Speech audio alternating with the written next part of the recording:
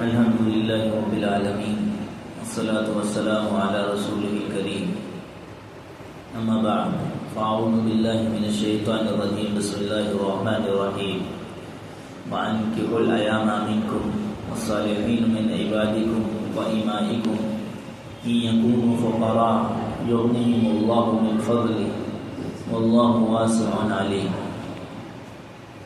اللہ تبارک و تعالی نے انسان کو دنیا میں ہر بشری اور انسانی ضرورت پورا کرنے کا حق عطا فرمایا جائز طور سے، چاہے وہ ضرورت انسان کے پینے کے تعلق سے ہو، پیاس بجھانے کے تعلق سے ہو، چاہے وہ ضرورت اس کی بھوک کو مٹانے کے تعلق سے ہو، چاہے وہ ضرورت انسان کی شرمگاہ کو ڈھانکنے کے لحاظ سے لباس کی، کپڑوں کی ضرورت ہو، چاہے وہ ضرورت اس کے علاج کے لیے علاج و معالجہ کی نسبت سے دوا کو استعمال کرنے کی ضرورت ہو، اور چاہے وہ ضرورت انسانی تقاضوں کے لحاظ سے نکاح اور شادی کی ضرورت ہو، یہ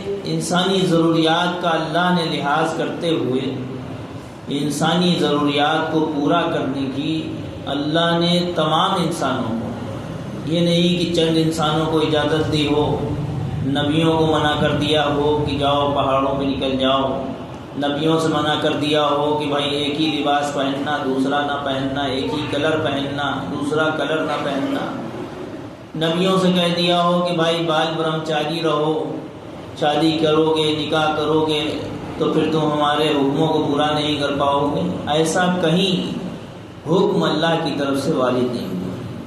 یہاں تک کہ حضرت عیسیٰ علیہ السلام جو بے نکاحی حالت میں آسمان میں اٹھائے گئے، قیامت میں جب وہ آئیں گے ان کا بھی اللہ تعالیٰ اس روح زمین پہ نکاح فرمائیں گے اور اولادیں بھی ہوں۔ معلوم ہوا بشری تقاضے، انسانی ضروریات کا اللہ نے، شریعت اسلام نے، پاکیزہ شریعت نے لحاظ رکھا ہے۔ اور دوسرے مذاہب کو آپ اٹھا کر دیکھ لیں، دوسرے ریلیجنس میں دیکھ لیں، کسی کے یہاں پادری ہے تو وہ شادی نہیں کر سکتا، کسی کے یہاں ننس کہلاتی ہیں، نن جو عورتیں ہوتی ہیں پادریوں کے ساتھ رہتی ہیں چرچ وغیرہ میں، وہ نن شادی نہیں کر سکتی، نکاح نہیں کر سکتی۔ کسی کے یہاں، یہودیوں کے یہاں پوپ ہوا کرتے ہیں، پوپ کہلاتے ہیں ان کے پجاری، جس طرح عیسائیوں میں پادری ہوتے ہیں یہودیوں میں پوپ ہوتے ہیں، اور وہ ایک ٹوپی بھی لگایا کرتے ہیں چھوٹی سی، جو سر کے بالکل پچھلے حصے میں پہنا جاتی ہے۔ وہ بھی، ان کو بھی اجازت نہیں ہوتی ہے کہ وہ عہدہ چھن جائے گا، ہمارے جو مرتبہ ہے وہ چھن جائے گا، ان کو بھی اجازت نہیں ہوتی ہے کہ وہ نکاح کرے، شادی کرے۔ ہندوستانی انڈین کلچر میں آپ جائیں، انڈین کلچر، ہندوستانی تہذیب میں جائیں تو لوگ بال برہمچاری کے نام سے زندگی گزار رہے ہیں۔ جو نکاح نہیں کر سکتے، شادی نہیں کر سکتے، ان کے یوگی ہونے کی جو عہدہ ہے وہ چھین لیا جائے۔ معلوم ہوا، اور سادھوی ہونے کی جو عہدہ ہے وہ چھین لیا جائے۔ معلوم ہوا کہ بشری تقاضے کا دوسرے مذاہب اور ریلیجن نے کوئی اہمیت بشری انسانی ضروریات کو نہیں دی، اور اسلام نے دی۔ اسلام نے اس لیے دی ہے تاکہ انسان ایمان والا، مومن، شریعت اسلام جاننے والا، ماننے والا، یہ گندی زنا کے راستوں پہ نہ چلے جس طرح غیر چل رہے ہیں۔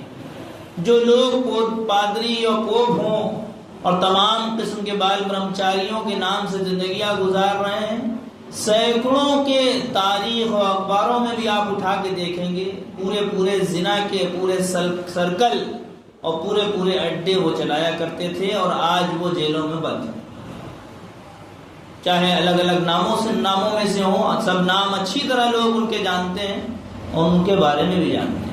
معلوم ہوا انسانی ضروریات جب پوری نہیں ہوگی تو وہ انسانی ضرورت سے حیوانی ضرورت تک پہنچ جائے گا، جانوروں والے طریقے پہ آ جائے گا۔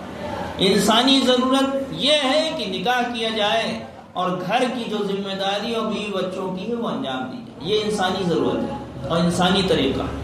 حضرت عائشہ رضی اللہ عنہ سے روایت ہے عربوں کے یہاں جو مرد اور عورت کے جوڑے کرنے کا، شادی کرنے کا بلکہ جوڑ پیدا کرنے کا جو طریقہ تھا وہ 4 طریقے ہوا کرتے تھے.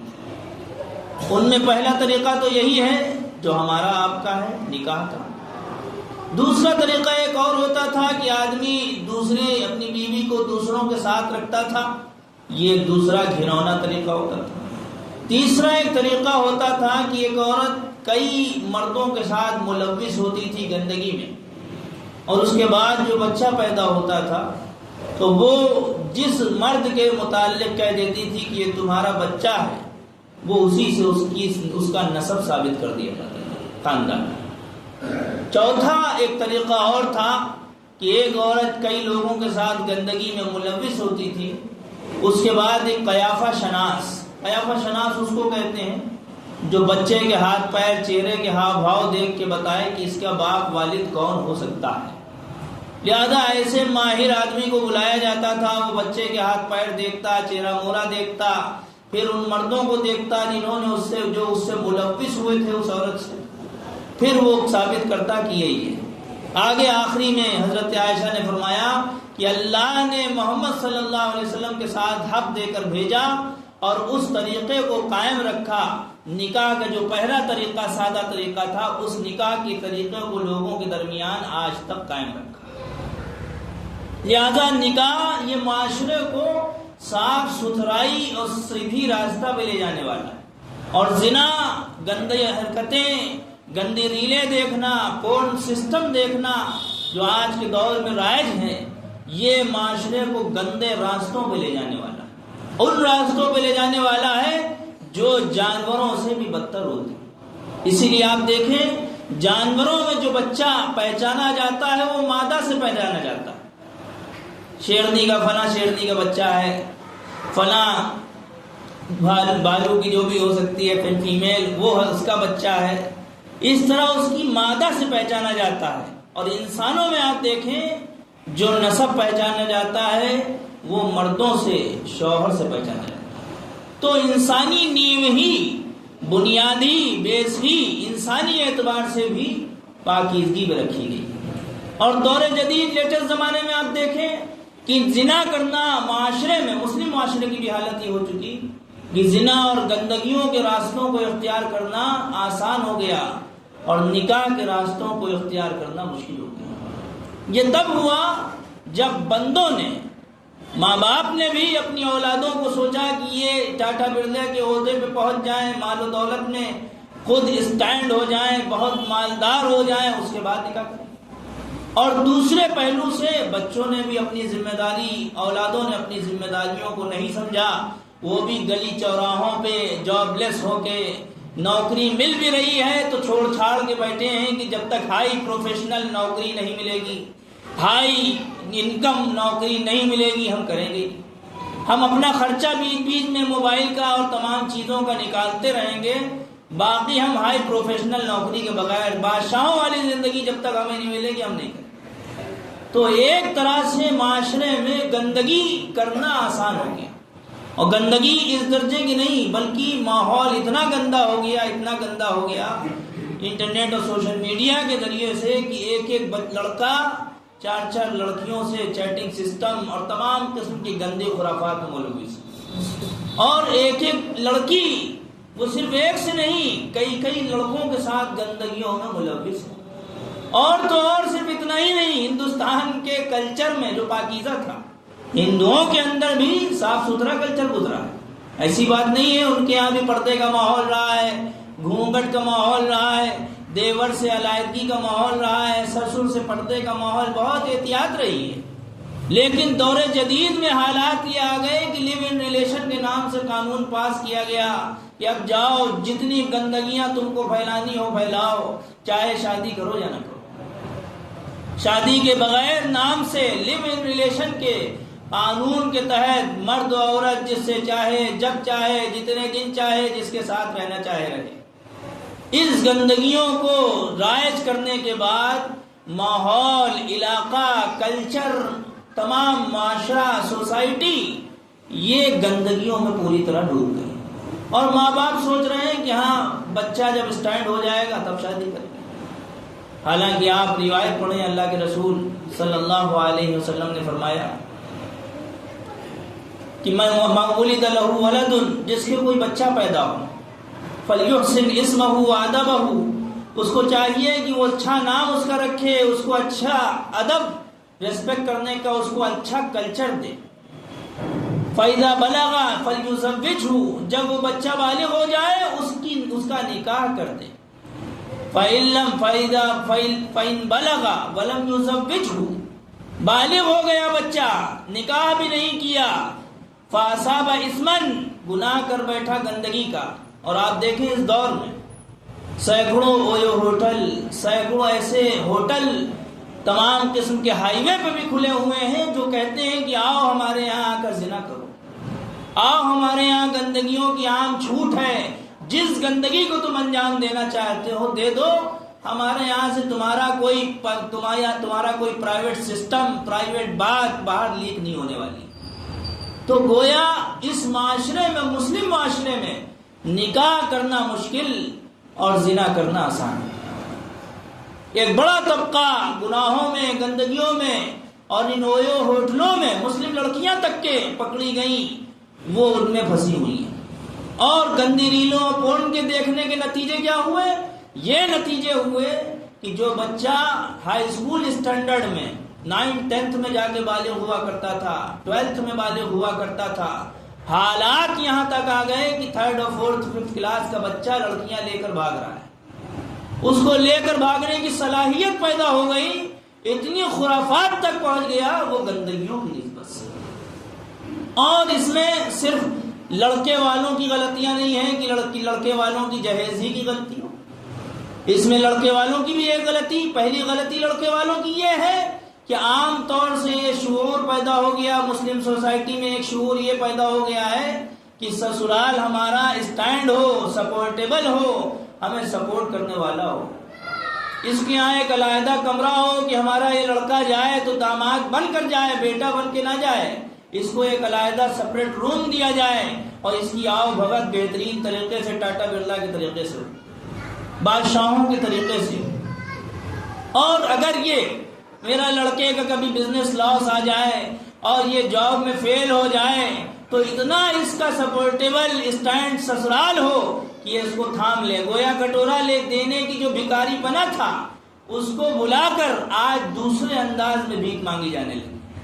ایک لڑکے والوں کی طرف سے یہ غلطی.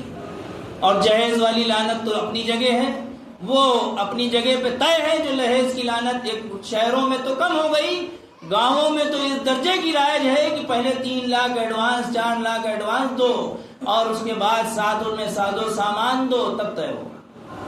اور لڑکے والوں کی ایک بڑی غلطی ایک آج کے دور میں رائج ہے کہ ہمیں حور پری چاہیے، حور پری جنت ہی میں ملے گی، دنیا میں جو ہوں گی وہ حوروں کا مقابلہ نہیں کر پائیں گے. اگر سبھی حور پری جیسی ہو جائیں، خوبصورت ہو جائیں، تو پھر اللہ کے رسول صلی اللہ علیہ وسلم کے زمانے میں بہت سی حبشیہ عورتیں بھی تھیں جن کے نکاح صحابیوں سے ہوئے ہیں، تو پھر ان کے بھی نکاح نہیں ہونے چاہیے.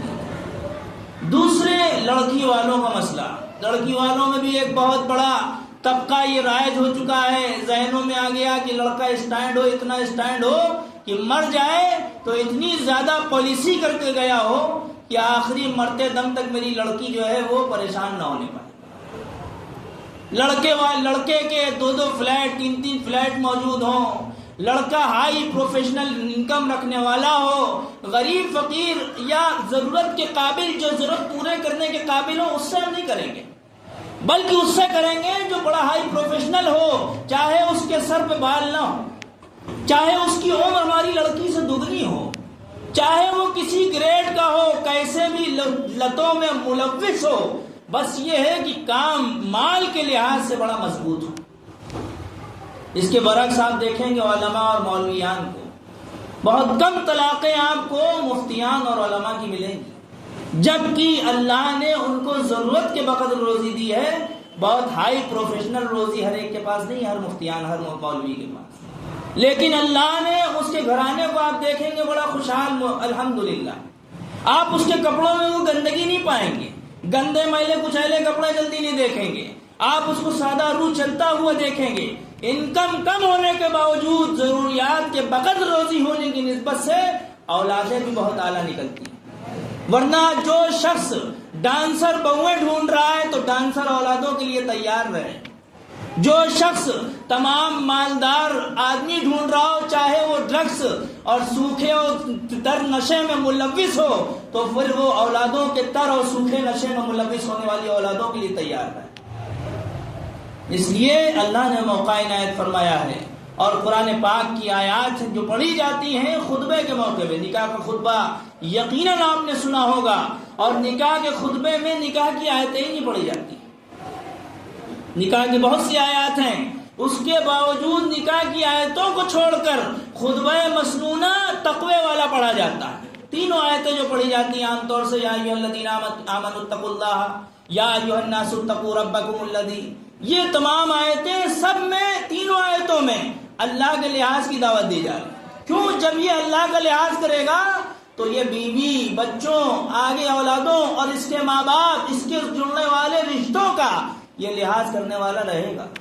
اور جب یہ تمام شادی بیاہ میں اللہ کا ناشکرا ہے تو لازمی سی بات ہے، یہ اللہ کا ناشکرا ہے تو دنیا کا کیسے شکر گزار بن جائے گا؟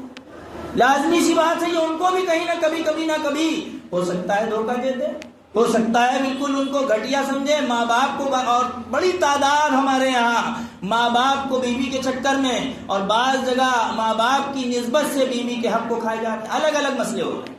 کیوں؟ کیونکہ وہ نکاح کی آیات تو سن رہا ہے، لیکن نکاح کی آیات میں جو کہا گیا کہ اللہ کا تقوی اختیار کرو، اس اللہ کا جس اللہ کے ذریعے سے ایک دوسرے سے تم مانگتے ہو، رشتہ داریوں کا لحاظ کرو، اللہ تمہارے اوپر نگراں ہے۔ اس لیے اللہ تعالیٰ نے موقع عنایت فرمایا ہے کہ ہم اپنی نسلوں کو زنا سے بچائیں۔ اسی لیے حدیث میں جو لفظ استعمال کیا، فَإِنْ أَصَابَ إِثْمًا، وہ بچہ بالغ ہونے کے بعد اگر زنا میں، تفسیر حدیث کی تشریح میں جائیں، زنا میں، گندگی میں ملوث ہو گیا، اس کے باپ پر اس کا گناہ جائے گا۔ کیوں؟ کیونکہ وہ اس کا انتظار کر رہا ہے کہ ٹاٹا برلا کی اولاد بن جائے، اسٹینڈ ہو جائے، بڑے بڑے مکان تیار کر لے، تب ہم اس کی شادی کریں۔ اور بچوں کی، لڑکوں کی بھی غلطیاں دیکھیں کہ لڑکا چاہے گریجویٹ نہ ہو لیکن کسی نہ کسی اعتبار سے وہ نوکری کر سکتا ہے، کام کر سکتا ہے، لیکن گلی چوراہوں میں دیکھیں موبائل لیے ہوئے، فری فائر اور تمام قسم کے سوشل میڈیا، اور تو اور پورن سسٹم، اور تو اور تمام گندی ریلوں میں وہ ملوث ہیں۔ اور آپ موبائل اٹھا کے دیکھیں، ایڈورٹیزمنٹ، دعوت دی جا رہی ہے کہ آؤ زنا کے ایپ ڈاؤن لوڈ کرو، آؤ زنا کے طریقوں کو سیکھو، آؤ زنا کے لیے ہم سے بات کرو۔ یہ صاف دعوتیں آ رہی ہیں، یہ گویا کہ کیسے اپنی نسلوں کو بچائیں گے، یہ خود کیسے بچیں گے؟ تو جو بچہ اپنے گھر کی، جو لڑکا بالغ ہونے کے بعد ذمہ داری اٹھانے کے قابل تھا، وہ ذمہ داری نہ اٹھائیں، بے روزگاروں کی طرح ہائی پروفیشنل سوچے کہ جب تک ہم بادشاہوں والی نوکری نہیں ملے گی نہیں کریں گے، وہ زنا کرے گا تو پھر اس کا گناہ والد پہ نہیں آئے گا، کیوں؟ اس کا ذمہ دار یہ خود ہوگا۔ دوسرا مسئلہ ہے ہمارے معاشرے میں، ایک کنواری لڑکیوں سے عموماً نکاح کیا جاتا ہے، ٹھیک ہے، اور دوسرا بیواؤں سے ثواب کی نیت سے نکاح کیا جاتا ہے کہ بھائی انتقال ہو گیا شوہر کا، چلو ثواب کی نیت سے نکاح کرو۔ تیسرے معاشرے کو ہم لوگوں نے عیب دار، نجس، گندا مان لیا کہ یہ طلاق شدہ ہے، یہ گندی ہے، ملچ ہے، نعوذ باللہ۔ حالانکہ طلاق یہ اللہ کے یہاں عیب نہیں ہے، ہو سکتا ہے شوہر کی کوئی حقوق اس نے، شوہر نے ادا نہیں کیے اور بیوی تنگ آ گئی، پریشان ہو گئی، اس کے بعد خلا اور طلاق کی نوبت آئی۔ طلاق زمانے صحابہ میں عیب نہیں مانا جاتا تھا کسی عورت کے لیے، اور اس زمانے میں عورتوں، مطلقہ طلاق شدہ عورت کو تو عیب دار مانا جاتا ہے، طلاق شدہ مرد کو نہیں مانا جاتا۔ حالانکہ زمانے صحابہ میں نہ طلاق شدہ مرد عیب دار تھا، نہ طلاق شدہ عورت عیب دار تھی۔ آپ دیکھیں حضرت عاتکہ رضی اللہ عنہ، پہلا نکاح حضرت عاتکہ عبد الرحمن بن ابو بکر سے، ابو بکر کے بیٹے سے ہوا۔ دوسرا نکاح عمر رضی اللہ عنہ کے بھائی زید بن خطاب سے ہوا۔ تیسرا نکاح حضرت عمر بن خطاب سے ہوا، تینوں شہید ہو گئے لائن سے۔ چوتھا نکاح حضرت حسن بن علی سے ہوا، اس لیے ان کو لقب دے دیا گیا زوجۃ الشہداء، شہیدوں کی بیوی۔ اسما بنت امیس رضی اللہ عنہا، پہلا نکاح ان کا جو ہوا ہے وہ جعفر بن ابو طالب سے ہوا، علی کے بھائی سے۔ دوسرا نکاح حضرت ابو بکر سے ہوا۔ تیسرا نکاح ابو بکر کے انتقال کے بعد عمر سے ہوا۔ اس کے علاوہ آپ دیکھیں حضرت فاطمہ بنت قیس کی بیٹی فاطمہ رضی اللہ عنہا، طلاق ہو گئی۔ طلاق ہونے کے بعد جو ہمارے عیب مانا جاتا ہے، طلاق ہونے کے بعد عدت گزاری، عدت کے بعد تین پیغام آ گئے کہ ہم فاطمہ سے نکاح کرنا چاہتے ہیں۔ فاطمہ بنت قیس، اللہ کے رسول کی بیٹی نہیں، قیس کی بیٹی فاطمہ رضی اللہ عنہا۔ تین پیغام آ گئے، اللہ کے رسول صلی اللہ علیہ وسلم کے پاس آئیں، مشورہ کرنے آئے، اللہ کے رسول کس سے نکاح کروں؟ میری رائے یہ ہے کہ تم اسامہ بن زید سے نکاح کرو۔ حضرت زید بن ثابت آپ صلی اللہ علیہ وسلم کے آزاد کردہ غلام تھے، آپ کے غلام تھے، اور حضرت اسامہ زید بن ثابت کے، زید رضی اللہ عنہ کے بیٹے تھے۔ اسامہ بن زید سے نکاح کرو۔ روایتوں میں ملتا ہے، مفہوم ہے کہ میں نے اسامہ سے نکاح کیا اور وہ بہترین نکاح۔ اس لیے ہمارے معاشرے میں جو طلاق شدہ کو عیب مانا جاتا ہے، یہ زمانے نبوی میں عیب نہیں تھا۔ آپ صلی اللہ علیہ وسلم کی دو بیویوں غالباً 3 بیویوں کو چھوڑ کر آپ بقیہ جو بیویاں ہیں ان سب کو دیکھ لیں، کوئی بیوہ تھی تو کوئی طلاق شدہ اور مطلقہ تھی۔ اس لیے اللہ تعالیٰ نے موقع عنایت فرمایا ہے کہ اگر ہم نے اپنے معاشرے کو پاکیزہ بنانا ہے تو انسانی ضروریات کا خیال جو اللہ نے کیا ہے تو اس کا خیال ہم کو بھی کرنا ہوگا۔ ہمارے یہاں جو نکاح دیر میں ہو رہے ہیں، لیٹ ہو رہے ہیں، سادگی نہیں ہے، اس کی نحوست ہماری اولادوں پہ جا رہی ہے۔ ہم دیکھ رہے ہوں یا نہ دیکھ رہے ہوں، حالانکہ معلوم سب کو ہے کہ ہماری اولادیں، ہمارے بیٹے، ہماری نسلیں کیا کر رہی ہیں، کس جگہ ملوث ہیں، اس کو اگنور کر رہے ہیں، درگزر کر رہے ہیں، وہ الگ بات ہے۔ معلوم سب کو ہے کہ ہاں بھائی یہ کس سے چیٹنگ کر رہا ہے، کس سے سسٹم کر رہا ہے، کہاں کیا کرنا چاہتا ہے اور اس کی کیا خواہشات ہیں۔ اس لیے ہم اپنے نکاح کو سادہ کر لیں۔ اگر ہم نے اپنے نکاح کو سادہ کر لیا تو اللہ ہماری زندگیوں میں بھی سیرت اور سنت کو زندہ کرے گا، اور ہمارا انشاءاللہ مقام بھی جو افغانستان کے علاقے کے لوگوں کو اللہ نے مرتبہ عطا فرمایا ہندوستان آنے کے بعد، آپ دیکھ سکتے ہیں جن کے اوپر بڑے بڑے تمام قسم کے الزامات لگائے گئے، عورتوں پہ ظلم کرنے والے، عورتوں کو دبا کے رکھنے والے، ان کے یہاں دیکھیں سب سے پاکیزہ معاشرہ، جنہوں نے اپنے معاشرے کو پاکیزگی دی، نکاح کو آسانی دی اور زنا پہ اوپر سخت سزائیں لاگو کی۔ چرس کے، افیم کے کھیتوں کو جو ان کا اکنامی سسٹم تھا اس کو جلا کے راکھ کر دیا، کیونکہ اللہ ہم کو رزق دینے والا ہے۔ اسی لیے آیت ہے وَإِن يَكُونُوا فُقَرَاءَ، کہ اگر یہ فقراء ہیں، غریب ہیں جو نکاح کرنے والے جن کا تم نکاح کرا رہے ہو، يُغْنِهِمُ اللَّهُ مِن فَضْلِهِ، اللہ اپنے فضل سے ان کو مالدار کر دے گا۔ واللہ واسع علیم، اللہ وسعت والا، جاننے والا ہے۔ اور اس میں ایامہ کا جو لفظ استعمال کیا، انکحوا الایامہ، مفسرین نے لکھا ہے اس سے مراد کنواری عورت بھی ہے، اس سے مراد بیوہ بھی ہے، اور اس سے مراد طلاق شدہ بھی ہے۔ اللہ تعالیٰ ہم سب کو عمل کی توفیق عطا فرمائے اور جہیز جیسی لعنت سے بھی نجات عطا فرمائے، اور تمام برادری واد سے بھی، جو برادری واد پھیلا ہے کہ چھوٹی برادری، اونچی برادری، نیچے برادری، دور صحابہ میں یہ نہیں تھا۔ صرف لڑکی کے لیے دیکھا جائے گا کہ ہاں لڑکا، یہ برادری دیکھی جا سکتی ہے۔ لڑکوں کے لیے چونکہ نسب جو مردوں میں، انسانوں میں چلتا ہے، وہ مردوں سے چلتا ہے خاندان، تو اس میں کوئی برادری واد نہیں چلے گا۔